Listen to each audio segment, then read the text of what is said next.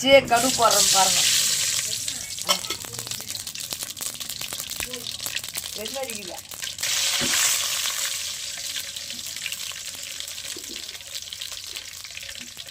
பூண்டு போடுறோம்.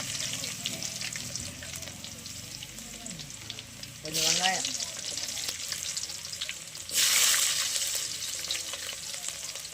தக்காளி,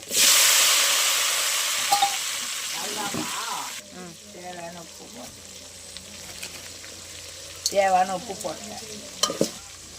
தக்காளி நல்லா வதக்கிடுச்சு. கால் போடுற பார்த்து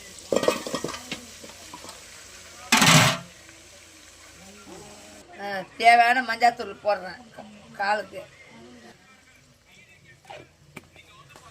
கலையிட்டு நல்லா கலையிட்டு மூடி வச்சு நல்லா வேகட்டும்.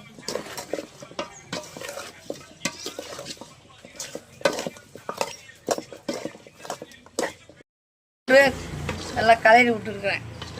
இன்னும் கொஞ்ச நேரம் விட்டா இறக்கிடலாம்.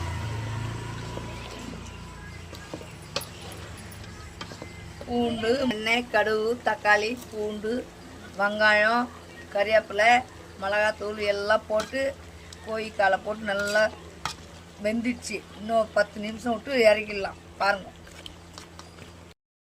இப்போ வெந்துடுச்சு பாருங்க. நல்லா வெந்துடுச்சு. கலரி இறக்கலாம் பாருங்க. ஆஹா, சூப்பர் டேஸ்ட்டுங்க. நீங்களும் இதே மாதிரி செஞ்சுட்டு எனக்கு லைக் பண்ணுங்க, ஷேர் பண்ணுங்கம்மா.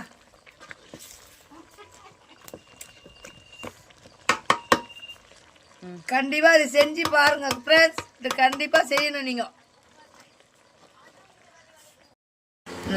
கால் சாப்பிட்டு பாருங்க, வேற லெவல்ல இருக்கும். சாப்பிட்டு பார்த்து எனக்கு கமெண்ட் பண்ணுங்க, லைக் பண்ணுங்க, ஷேர் பண்ணுங்க.